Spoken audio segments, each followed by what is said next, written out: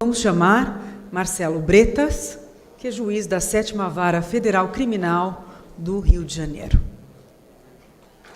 Bretas, por favor.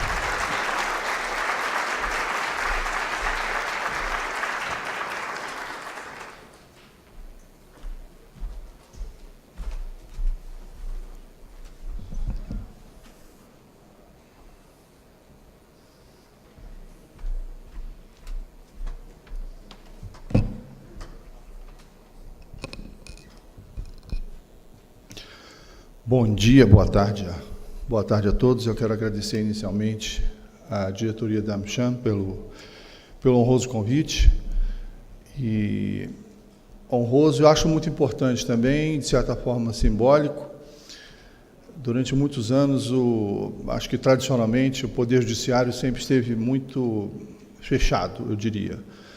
E ainda hoje tem uma certa dificuldade em dialogar com outros segmentos importantes da sociedade. E grande parte das pessoas que estão aqui representam o poder econômico, enfim, é o que move o país.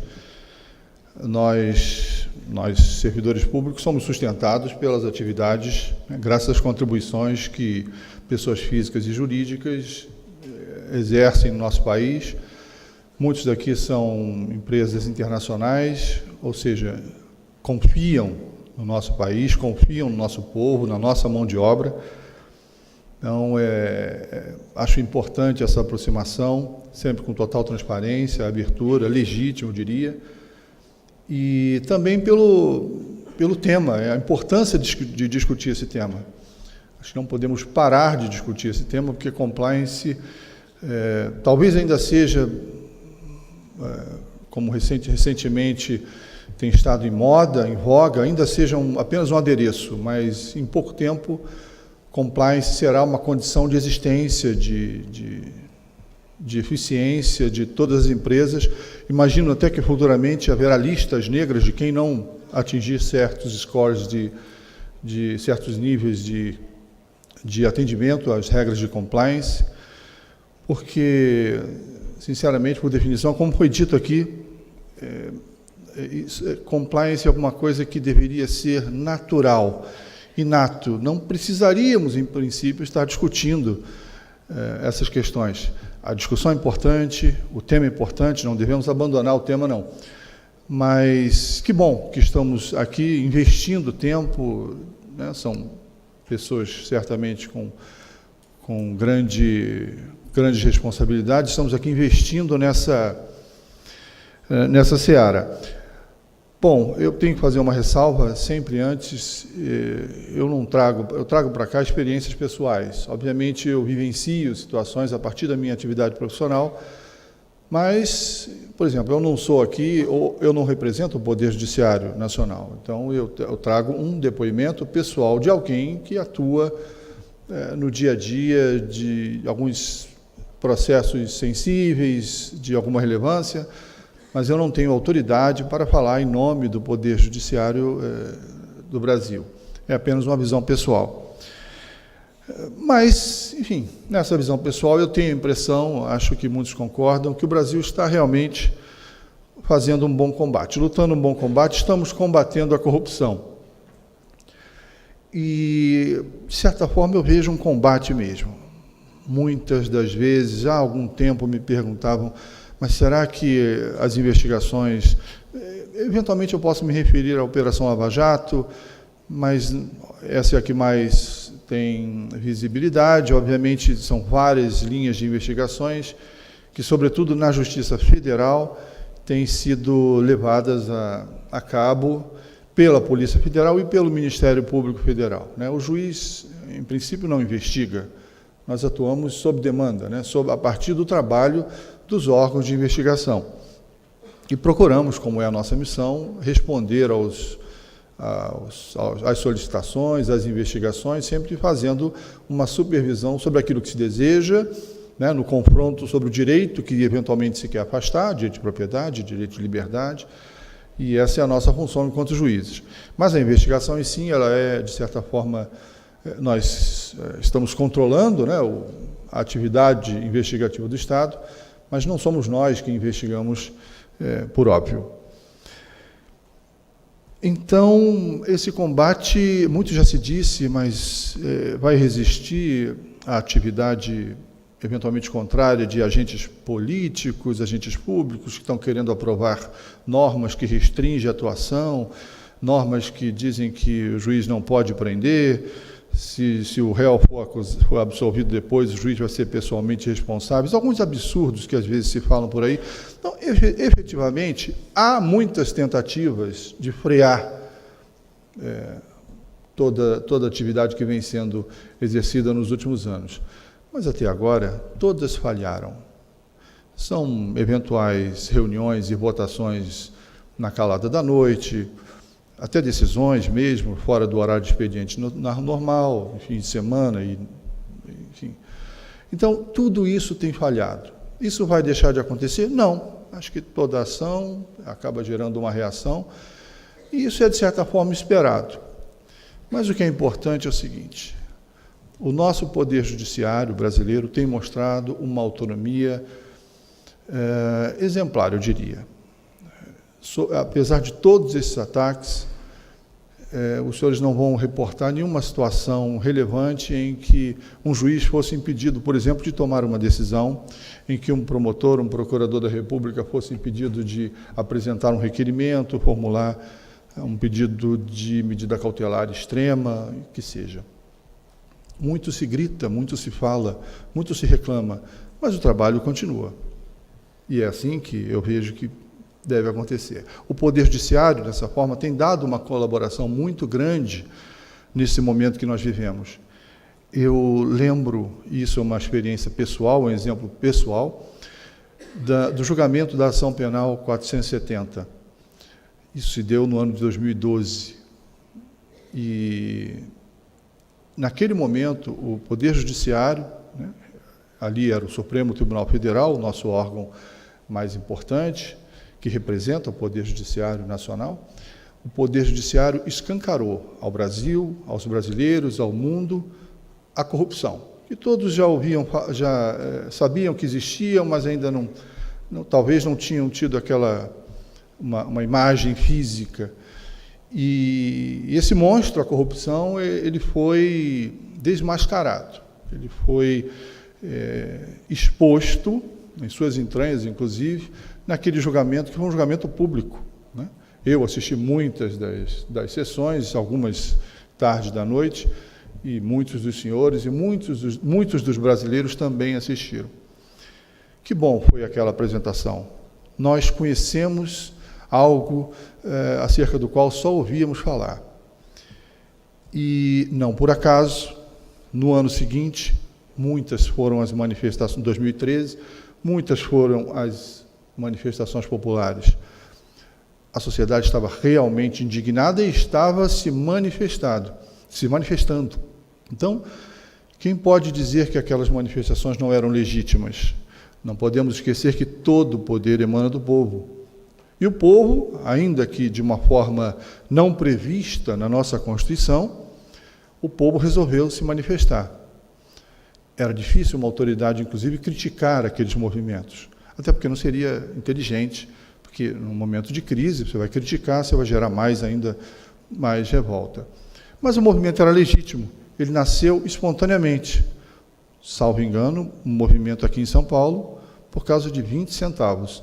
Ou seja, foi só realmente a faísca que encontrou um terreno fértil para que esses protestos pudessem se aflorar.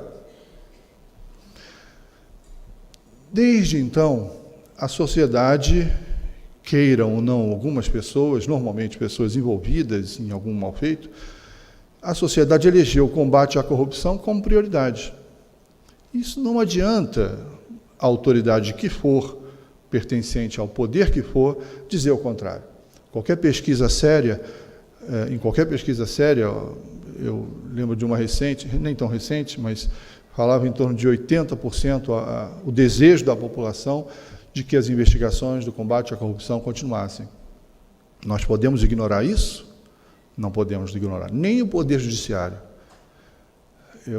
Existe uma lei de décadas de vigência, quase 80 anos, diz que o juiz, inclusive, no momento de julgar, ele tem que observar, era a antiga lei de introdução ao Código Civil, hoje em dia se chama lei sobre a aplicação das normas no direito brasileiro, tornou-se mais amplo. O juiz tem que observar o fim social da lei, para que ela foi criada. Fim social, o bem comum, é olhar para o real destinatário da lei e, em última análise, de sua própria atividade enquanto juiz, enquanto membro de poder. Repito, poder que recebemos, mas não somos titulares. Nós exercemos um poder alheio em nome do povo brasileiro. Então, é comum ouvirmos dizer que o Brasil tem que ter outras pautas, que não a corrupção. Pois eu ouso discordar, a principal pauta tem que ser o combate à corrupção, porque não há programa de construção de moradia, não há programa de construção ou de oferecimento de empregos, de fornecimento de alimento, nada, nenhum programa, ele subsiste num ambiente corrupto, em que a prática da corrupção está disseminada, porque é como um cano furado, completamente esburacado, que faz com que uma pequena quantidade da água chegue do outro lado. Então, é preciso fechar esses buracos, é preciso fechar esse ralo por onde o dinheiro público é escoado. E, normalmente, ele é escoado para fora do país. É muito comum. Basta uma viagem para um lugar turístico, em outros países, vizinhos, inclusive, se você anda com alguém que conhece o local, ele vai dizer, ali tem casa o fulano, aquela ilha é do fulano, ali tem uma ilha, é um político lá, tem uma ilha em tal lugar, enfim. E, mais recentemente, nós temos percebido como os recursos brasileiros, como a riqueza do povo brasileiro tem fugido do país. Poucos têm ideia. Há pouco um representante do UBS mencionou sobre a questão da atividade dos bancos e tal. Eu estive essa semana também numa reunião no Banco Central, e o Brasil tem uma regulamentação formidável, tem técnicos formidáveis que conhecem muito bem toda essa regulamentação e atividade financeira e monetária. Financeira. Só que existe um sistema financeiro nacional paralelo que ninguém conhece. Paralelo. Ele não tem qualquer regulamentação e muitas vezes não tem contrato, não tem absolutamente nada. É o que eu chamei de o contrato, a transferência milionária baseada no fio do bigode. O sujeito entrega aqui e acredita piamente que aquele dinheiro estará em algum lugar do mundo e ele lá está. Então, existe um mundo realmente completamente desconhecido, pelo menos pelas autoridades, ou pelas autoridades que fazem o seu trabalho como deve ser feito, que nós estamos desvendando. Mas a síntese desse último comentário as riquezas do Brasil estão sendo sugadas, estão sendo retiradas daqui, estão indo para algum lugar.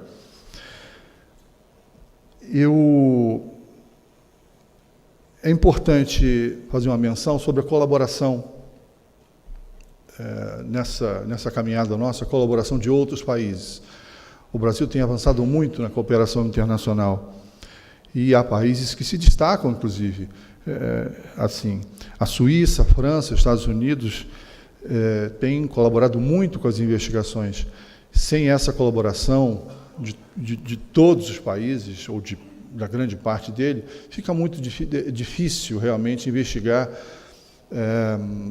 crimes de corrupção em larga escala que normalmente estão associados à evasão de divisas e lavagem de dinheiro. Então, é um tema que interessa a todos, não apenas o Brasil. Chama atenção, inclusive, para alguns países na América Latina, Paraguai, Uruguai, que colaboram, inclusive, no momento da deflagração da operação, colaboram com a execução de medidas de prisão, por exemplo, algo que o Brasil tem muita dificuldade ainda de colaborar. Há muita burocracia para que o Brasil possa colaborar com investigações de outros países. Estados Unidos, por exemplo, há pouco mais de um ano, ou quase 2, houve até uma certa dificuldade para cumprir medida de busca e apreensão de documentos aqui no Brasil. Isso acaba tirando a nossa capacidade de dialogar no cenário internacional.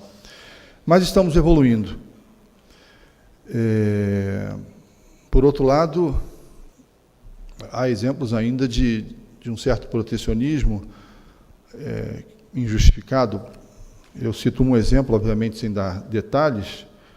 Recentemente nós tivemos recentemente não, ainda está em situação. Temos uma pessoa, um alvo de nossas operações, que é foragido em Miami. Quer dizer, como é que a pessoa pode ser foragida em Miami? Então, o nosso DOJ colabora muito, mas também já deixou a desejar em alguns pontos. Mas enfim, são questões políticas que, por vezes, estão envolvidas. Acho que nós estamos evoluindo, estamos num processo de amadurecimento, todos, né? O Brasil vem sendo muito bem avaliado no cenário internacional. Nós temos vários países vizinhos que pedem não só provas obtidas aqui nas investigações, mas pedem troca de experiência, tecnologia, cooperações. Isso tem crescido muito. Já se mencionou aqui o episódio de 11 de setembro, nos Estados Unidos. Desde então, praticamente, o conceito de paraíso fiscal quase que não existe mais. Hoje, todos os países cooperam. Eu citei há pouco, por exemplo, a Suíça, que muito coopera com as investigações aqui no Brasil. Da mesma forma, vamos evoluindo. Acredito que, em breve, o conceito de offshore também deve ser relativizado, esse uso indiscriminado, que, na grande maioria dos casos, só se justifica para lavagem de dinheiro e ocultação de patrimônio. Mas, enfim, novamente, é um processo. Até dentro dos Estados Unidos, nós temos estado que é considerado um paraíso fiscal. Então, vamos evoluir, mas o caminho é um pouquinho longo. Espera aí que eu perdi esse negócio do PowerPoint. Voltou. Bom, caminhos e instrumentos. Eu sei que o meu tempo foi um pouquinho reduzido para a gente poder responder alguma pergunta. Eu vou tentar correr aqui. Como disse, o Poder Judiciário não nos faltou. Né? Não faltou, tem correspondido a esses anseios do povo brasileiro, ao combate à corrupção. E quando eu digo Poder Judiciário, quando eu digo principalmente o Supremo Tribunal Federal, eu estou, obviamente, me referindo à sua composição plenária. Eu estou falando do órgão como um todo. Né? Eventualmente, as decisões não são sempre tomadas por unanimidade, por razões óbvias. Cada juiz, cada desembargador, cada ministro tem total independência para manifestar as suas decisões, que são sempre respeitadas e, sejam quais forem no processo, são sempre obedecidas, obviamente.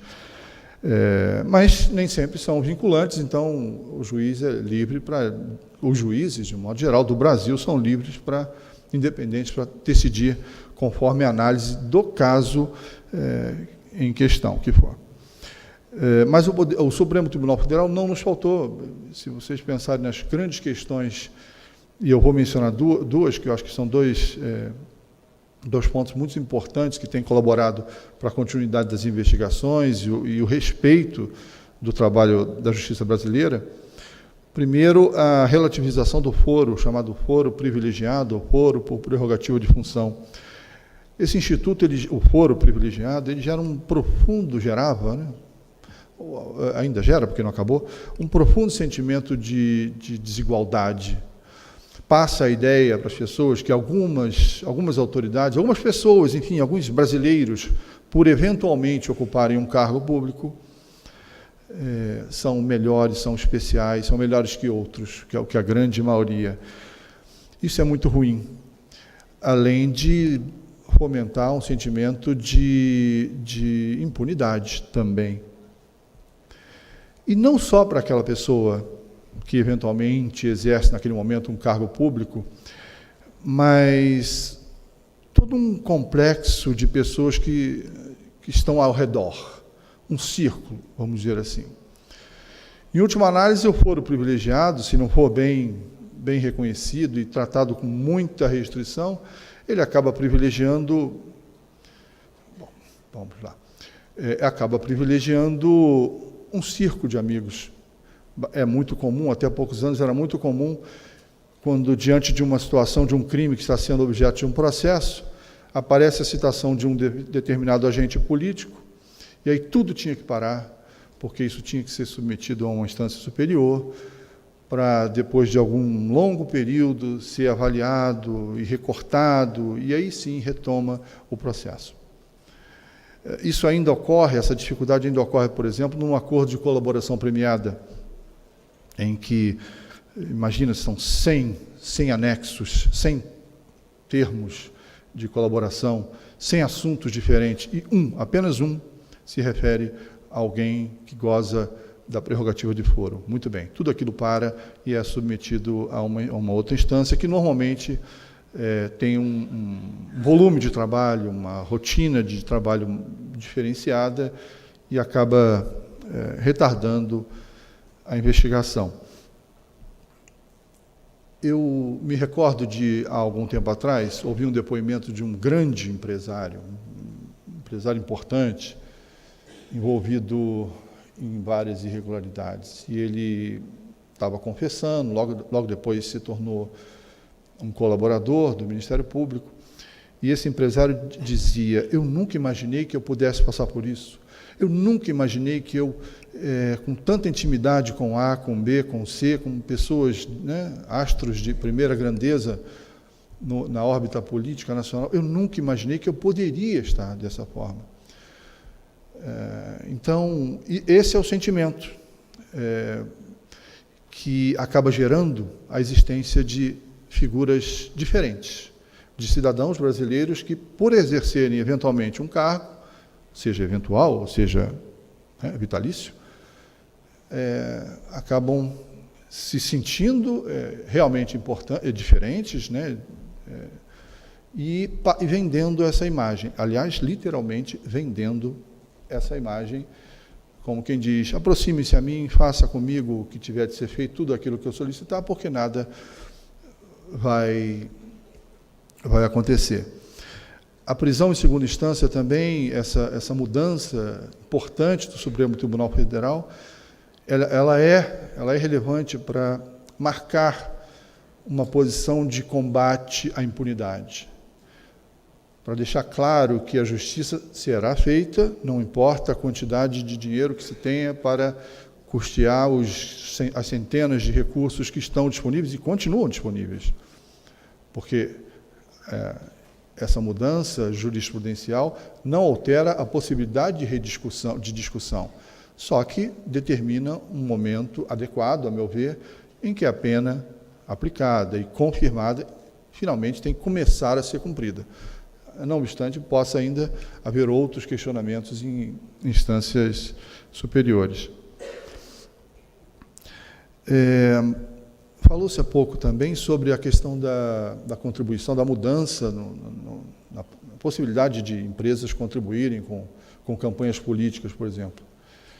Que a campanha política, a colaboração para a campanha política, é o grande diferencial, é a grande porta para a corrupção no meio político, aparentemente, é o que eu tenho visto, é a grande porta. Aliás, quem disse isso foi um executivo de uma grande empreiteira essa semana, ele me disse isso. Me disse duas coisas: que essas campanhas políticas milionárias, hollywoodianas, eu diria, realmente, além de injustificadas na nossa realidade, são a porta, né, para toda essa... Até porque os milhões ou bilhões cedidos não são auditados, basta o sujeito dizer que é para a campanha política e acabou, ele recebe tudo o que pediu e, enfim, a gente acredita que é assim. Isso, em alguns casos, a gente verifica, não estou dizendo que são em todos. Mas, e uma outra coisa que ele disse também, que eu fiquei assustado, foi que o Rio de Janeiro foi o lugar onde mais se cobrava propina,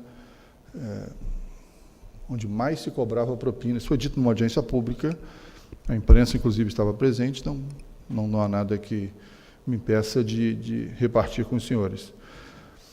Talvez mais se cobrasse propina, talvez não em volume de recursos, mas talvez em quantidade ou de esquemas, não sei. São coisas que ainda estão sendo apuradas, mas é uma informação chocante. É uma informação chocante que tem que ser realmente levada em consideração.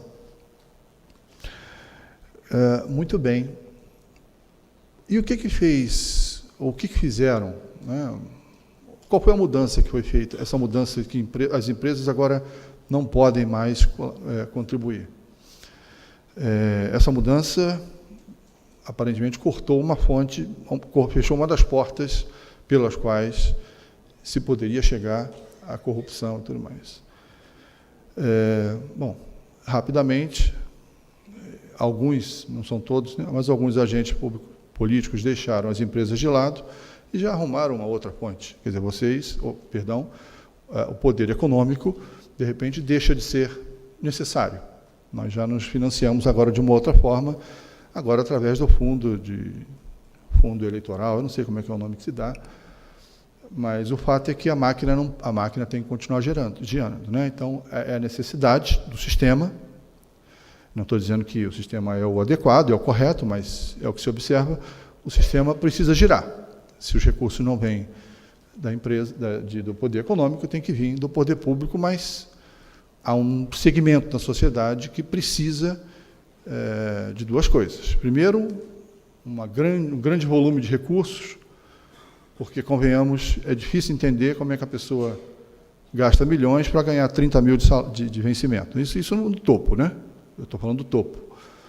Mas 20 mil reais, 15 mil são os subsídios dos agentes públicos. O teto é 33 mil e pouco, fora auxílio moradia. Mas, então, o sujeito, realmente, a pessoa, o agente, não pode deixar de ser financiado. E, aparentemente, é importante que as campanhas hollywoodianas continuem, né? E, assim, nas campanhas hollywoodianas, o processo de perpetuação no poder, ele continua. Sai o avô, entra o pai, depois o neto, o filho, o neto, e assim segue. Bom, nós estamos num processo de evolução, hoje há muito mais transparência, até para dialogar essa situação, e eu tenho certeza que a sociedade está acompanhando com muito interesse tudo o que está acontecendo. Eu falei sobre esses dois elementos que eu acho importante. Um outro tema também muito delicado é a influência política e empresarial no poder público e mesmo no poder judiciário. Isso já foi falado aqui. É preciso muita transparência, porque se o poder judiciário não se impor por respeito, por isenção e por imparcialidade, ele não vai ter respeito da sociedade, né? A imparcialidade e a isenção são marcas que caracterizam a atividade judicial.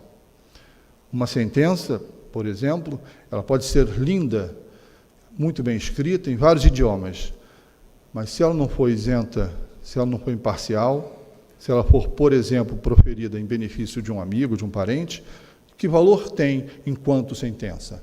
Nenhum. E não é porque eu não sou obrigado, a sociedade não é obrigada a confiar no caráter angelical do juiz. Não é isso, o juiz não é angelical. A lei determina que seja assim para preservar a função do Poder Judiciário. Então, essa influência política, a influência também econômica no poder público de um modo geral, como já foi dito aqui, mas em especial no Poder Judiciário, é também elemento necessário para assegurar a respeitabilidade da nossa função. Nós já temos, na própria estrutura do Poder Judiciário, as corregedorias, por exemplo, que seria um equivalente à atuação dos setores de compliance. Mas é preciso um pouco mais que isso. Uma outra coisa que eu acho muito importante, e que a sociedade me parece que já compreendeu bem, até porque vem sofrendo com esse mal, é que a corrupção é um crime grave. É preciso distinguir crime grave de crime violento. É claro que um sujeito que está andando pela rua com uma faca, esfaqueando pessoas, é um sujeito violento, tem que ser detido, amarrado, não há dúvida. Mas o crime de corrupção, que normalmente é associado à organização criminosa, à lavagem de dinheiro, são crimes cometidos às escondidas, na intimidade de escritórios, casa, enfim, qualquer lugar, mas, enfim, lugares íntimos. Essas pessoas precisam ser paradas porque estão causando um mal muito grave à sociedade, um mal muito grande à sociedade. Essas pessoas precisam ser responsabilizadas também, não só paradas, responsabilizadas, e, eventualmente, isso se faz com uma medida de prisão. Por que deve escandalizar a prisão de um eventual agente público seriamente e comprovadamente, ainda que não exaustivamente comprovado, mas um agente público que está praticando atos de corrupção? Por que a prisão de um agente tem que causar essa perplexidade? Qual é a diferença? É o saldo bancário?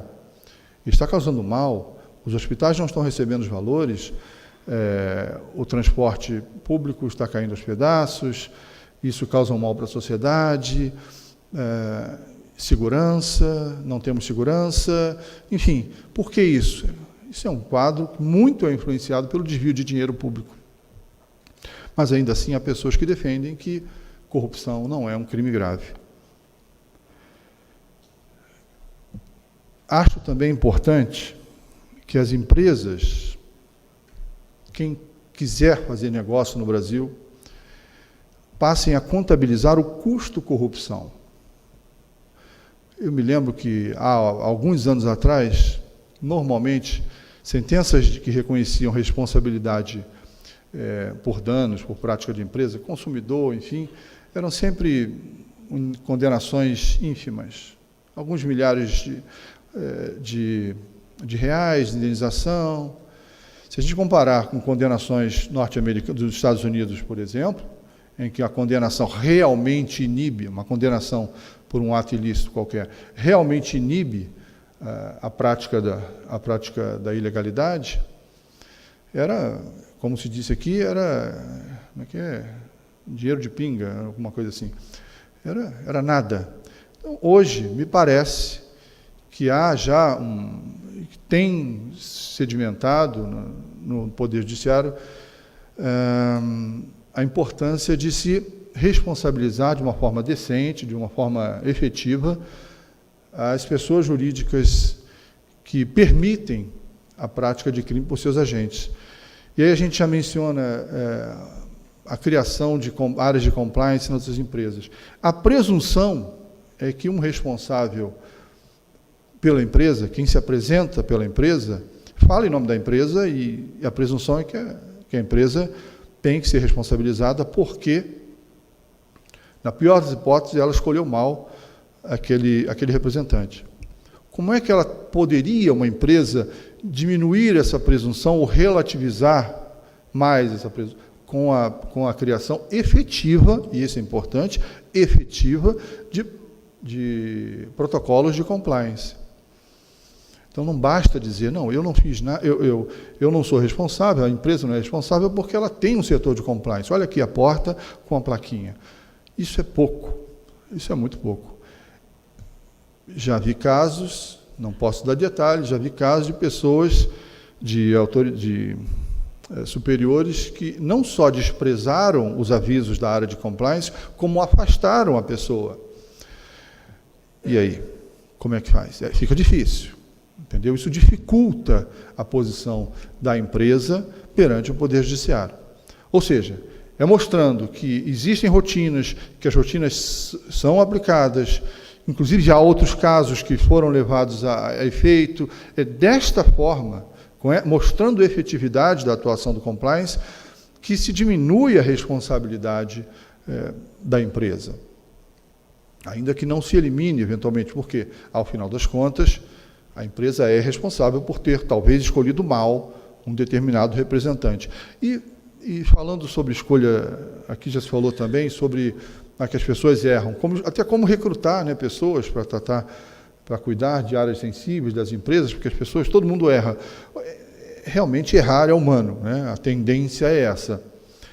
E eu também não acho que o caso seja de ir ao mercado procurar alguém que seja ungido, aquela pessoa realmente que brilha no meio da multidão e não vai cometer nenhum tipo de erro, né? Todos cometemos erros.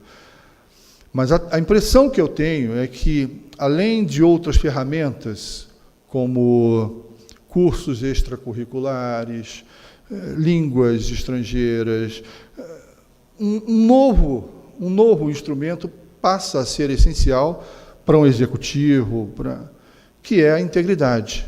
Você pode não querer ser íntegro, você pode não ligar para isso, achar que isso tudo é uma bobeira, mas, se você não mostrar a integridade, você não vai ter sucesso. Como eu disse no início, integridade, mais do que um adereço, tende a ser uma condição de existência do profissional, de existência, de sucesso da empresa. Mas, falando especificamente do Brasil, é uma cultura que estamos todos desenvolvendo. Recentemente, eu queria mencionar isso, mas não.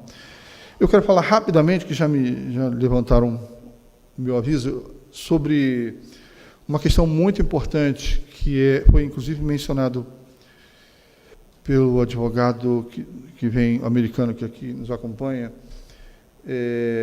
sobre a importância, ele falou várias vezes, inclusive nisso, dos acordos de colaboração premiados, acordos de colaboração de leniência, dar um motivo para a pessoa colaborar. Muito bem.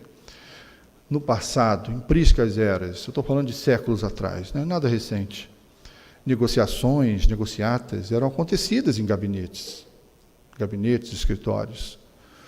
O que a lei fez foi trazer essa negociação para dentro do processo. Agora o juiz pode conversar, por exemplo, com o advogado, devolva o seu cliente, devolva o que ele fez, que a lei me permite, por exemplo, devolva o que ele fez, não, que se apropriou o valor do dano, restaure esse dano, repare o dano, que é possível, né? Uma negociação franca dentro do processo, nada com transparência, nada ilegal. Então, a lei acabou trazendo esse tipo de negociação. As colaborações premiadas, elas são importantes porque ela traz a intimidade de uma organização criminosa para dentro de um processo de investigação. Ela coloca o germe da dúvida dentro daquela organização criminosa, a ponto que os outros membros não têm, tempo esgotado, já estou acabando, os outros membros não têm nenhuma segurança de continuar praticando seus crimes em razão porque pelo medo de outros estarem, ou talvez a ciência estarem fazendo algum tipo de colaboração com o Ministério Público. Quem perde com isso? Exclusivamente quem está praticando o crime. Quem ganha com isso? A sociedade, a investigação, que fica mais rápida. E um último comentário que eu queria fazer isso, para não abusar muito dos senhores. Tenho sido questionado sobre eventual relativização do uso das colaborações premiadas, não seriam mais suficientes para iniciar investigações, alguma coisa assim. Olha, cada processo é um processo. Não é possível uma determinação genérica que imponha essa lógica. Nos meus casos, eu tenho a preocupação sempre, diante de um acordo de colaboração premiada, verificar se estão presentes as provas. Não basta falar, isso, né? Porque os senhores ouvem, e eu ouço também na televisão, normalmente os advogados que estão fazendo o papel deles, estão fazendo o trabalho deles, não há nenhuma crítica. O advogado faz isso, fala em nome do cliente, dizendo que a prisão é injusta, que a prisão não tem prova, que viola a Constituição, que viola a Convenção das Nações Unidas. Isso, as pessoas são livres para comentar, mas é importante conhecer o processo. Por quê?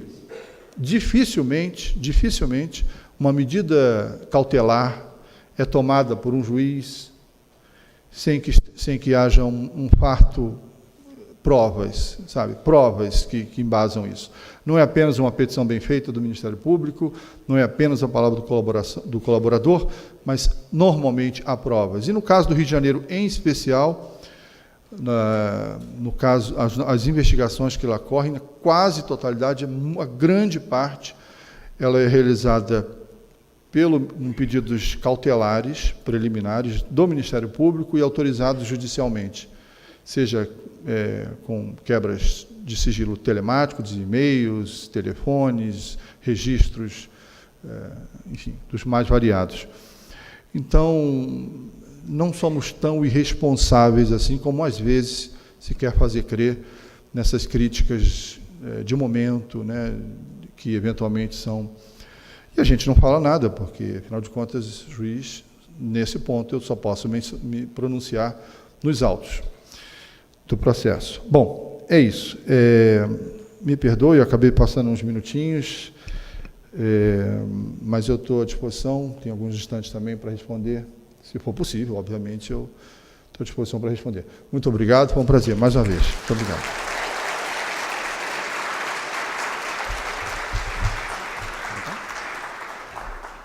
Obrigada, Marcelo. Chamo agora ao palco a CEO da AmCham, Débora Vieitas, que vai endereçar algumas perguntas ao Marcelo.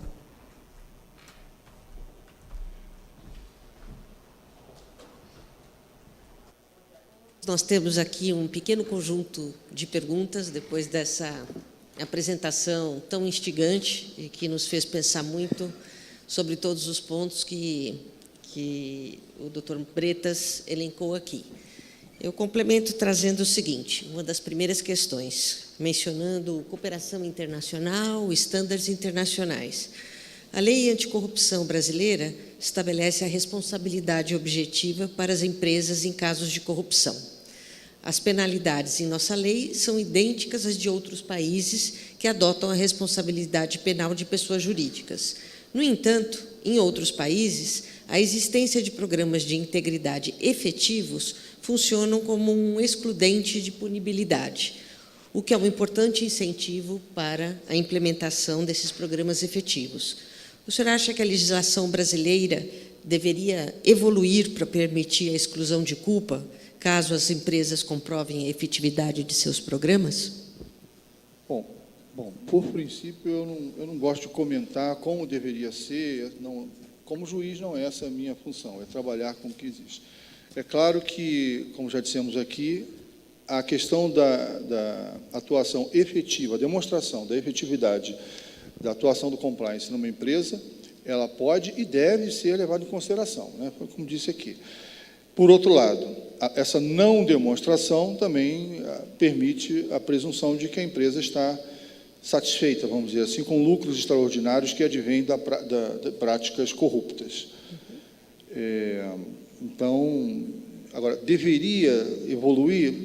Não sei, não me cabe esse tipo de consideração. Acho que excluir talvez não fosse o caminho, né? É preciso que as pessoas tenham o receio de praticar crimes. De um modo geral, eu sou contra uma série de isenção de pena, exclusão, perdão puro e simples. São casos muito excepcionais, porque o que acontece é que a impressão que se tem é que no Brasil, ao longo dos anos, as pessoas perderam a vergonha, talvez, né, praticam crime com muita naturalidade. Então, o poder econômico pode muito, é importante na hora de ressarcir o dano, mas a responsabilidade não deve ser excluída, não. Acho que deve haver responsabilização, sim, mas, enfim, isso é uma questão de futuro, né, discussão política. Uhum. Falando ainda um pouquinho de futuro, as ações de combate à corrupção se multiplicaram nos últimos 4 anos no Brasil. O senhor mesmo comentou que acredita que elas ainda estão longe do ideal. Como o senhor acha que o combate à corrupção vai seguir nos próximos anos? Bom, primeiro, nós estamos num processo, esse processo segue com muito vigor, e já se tentou criar algum tipo de obstáculo, mas não se conseguiu. Então, a minha perspectiva é a melhor possível. Acho que vamos sobretudo com, vejamos, vou dar um exemplo prático. A Lava Jato iniciou em Curitiba. Nós recebemos uma parte e começamos a fazer o nosso processo, o nosso trabalho e desenvolvemos outras tantas frentes. São Paulo também tem recebido, enfim, outros pedaços, outros desmembramentos, vamos dizer assim. Há outras operações importantes em Brasília. A esperança que eu tenho é que mais e mais profissionais do direito se interessem por essa atividade. Porque não é pelo profissional ser um juiz que necessariamente se interessa por essa atividade, por um juiz criminal, uma vara criminal, ações penais. Então, eu costumo dizer que a seara é grande, há muito o que colher, mas são poucos os ceifeiros. Então, nós precisamos de pessoas que se apresentem, porque é uma rotina diferenciada, há uma série de restrições que a gente é obrigado a submeter, mas é satisfatório saber que está fazendo um serviço público para o qual é pago, e bem pago, e a sociedade está satisfeita com o seu trabalho. Eu não estou falando de condenar ou prender, não é isso, mas, enfim, eu tenho a liberdade para decidir como queira, mas as pessoas reconhecem que é um trabalho sério e, sobretudo, um trabalho isento de qualquer tipo de influência política ou de qualquer outra natureza. Então, é isso. Muito tem se falado dos possíveis abusos nas operações envolvendo as diversas operações. Qual a sua visão sobre essa questão? Haverá erros, certamente.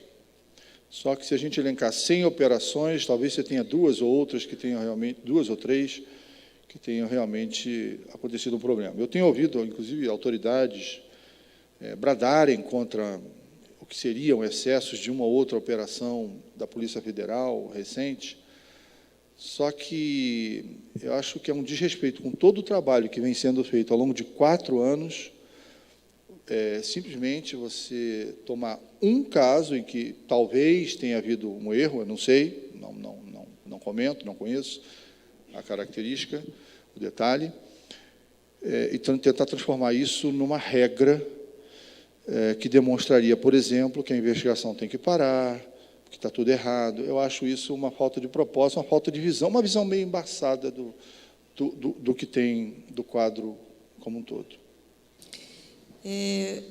Nós falamos agora há pouco sobre a questão do mundo paralelo financeiro.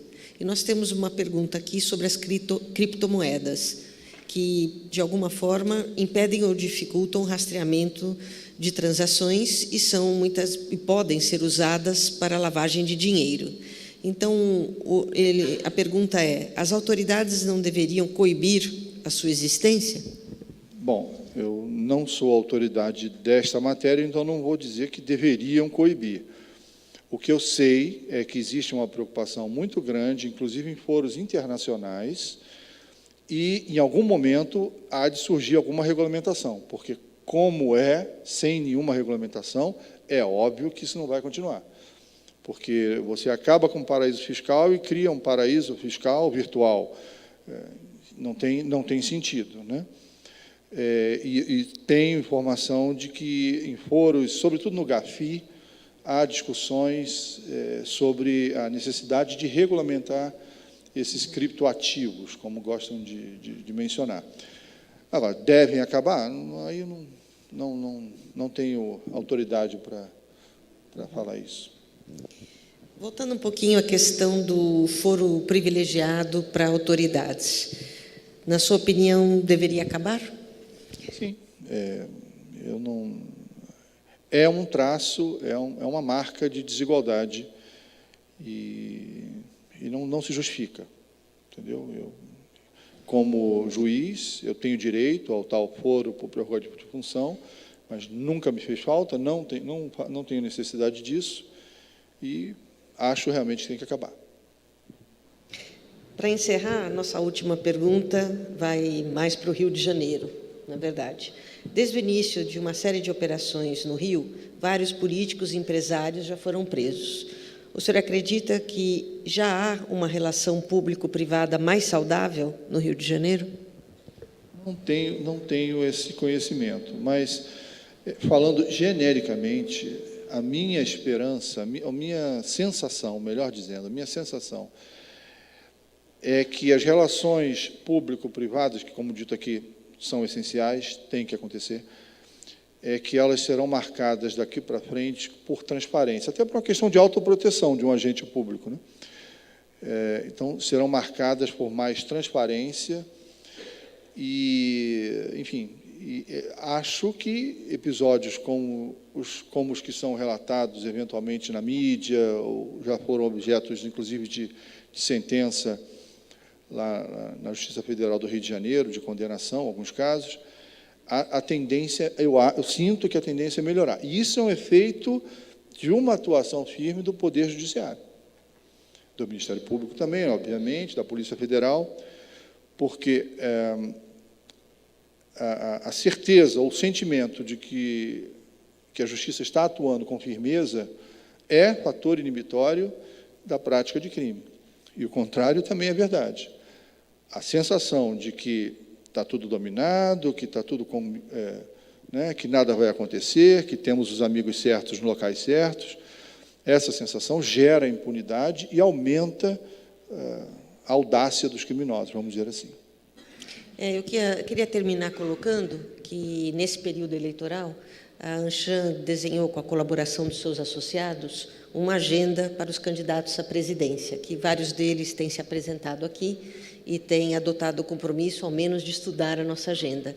E a nossa agenda tem 2 pontos de compliance que eu entendo importantes.